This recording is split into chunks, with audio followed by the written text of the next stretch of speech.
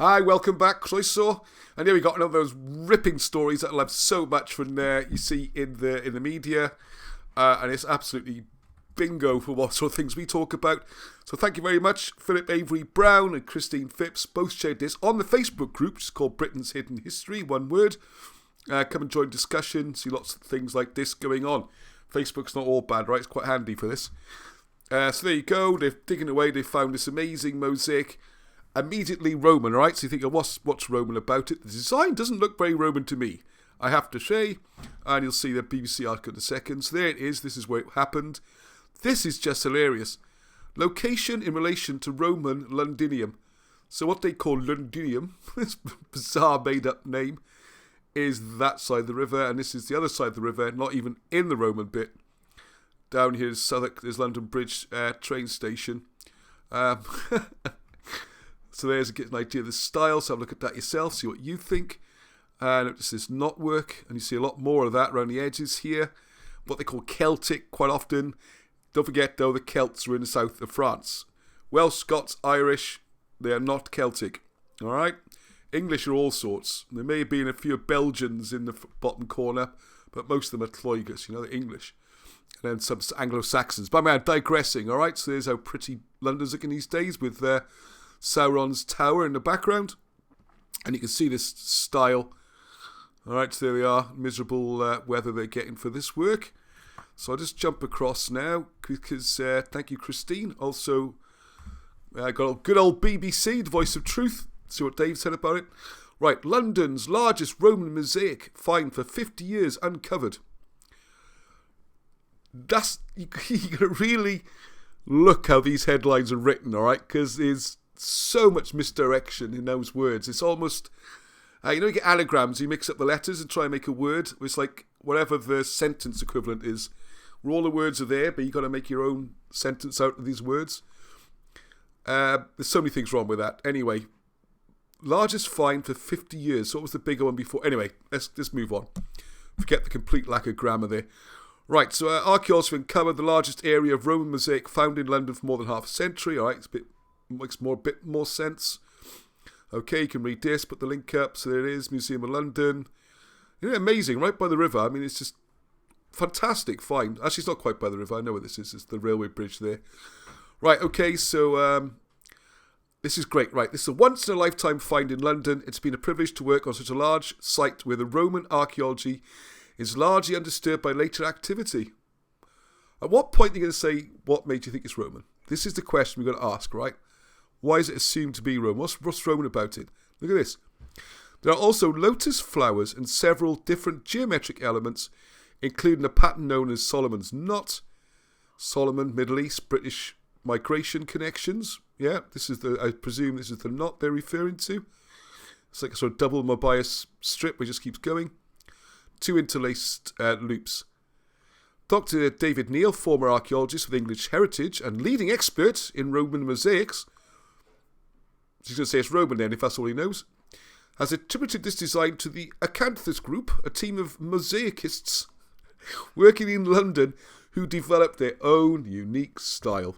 So basically this style is not found anywhere else in the Roman Empire.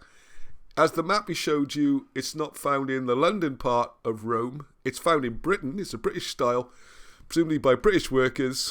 Why they insist on calling it Roman? It's bonkers.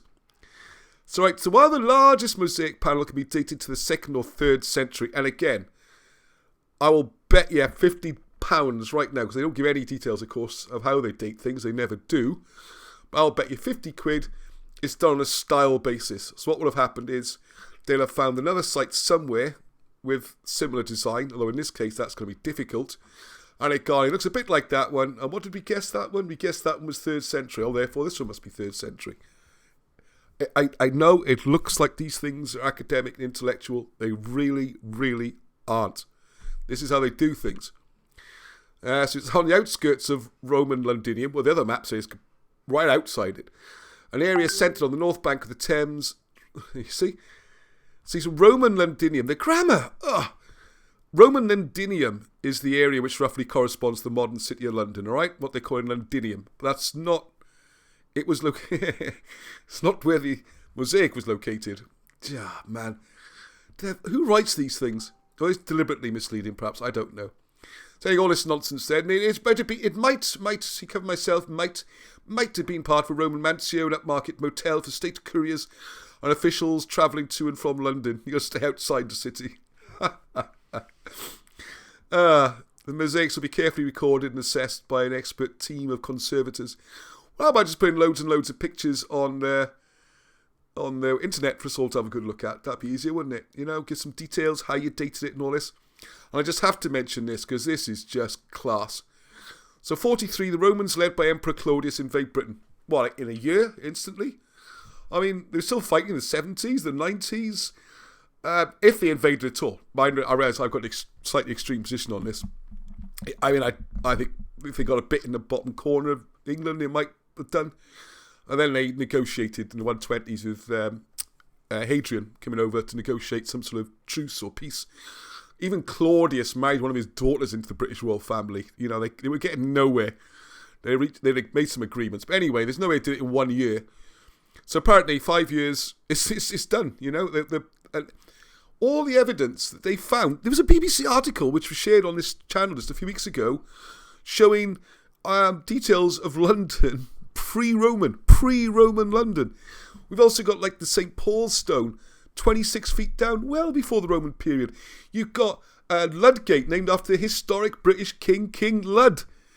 Anyway, London predates the Romans by hundreds and hundreds and hundreds and hundreds of years, if the Romans ever took it at all.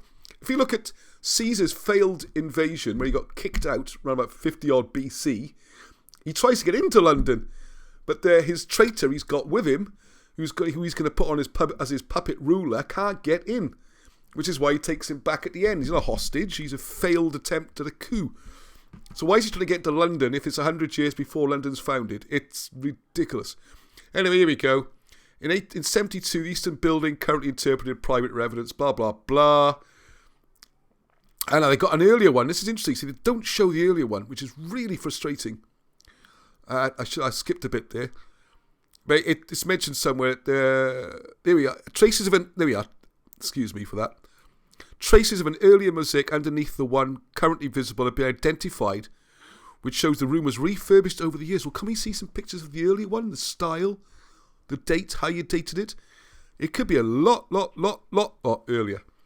All right, and I think the fact that if they do call this Solomon, that's a Bible reference, that fits in much better with the British migrations. Anyway, there you go. Just another one to share. There's loads more. There's so much I can't keep up with them, so I'll just keep them short and keep posting. And look forward to speaking to you soon. Till the next time, Heddwch.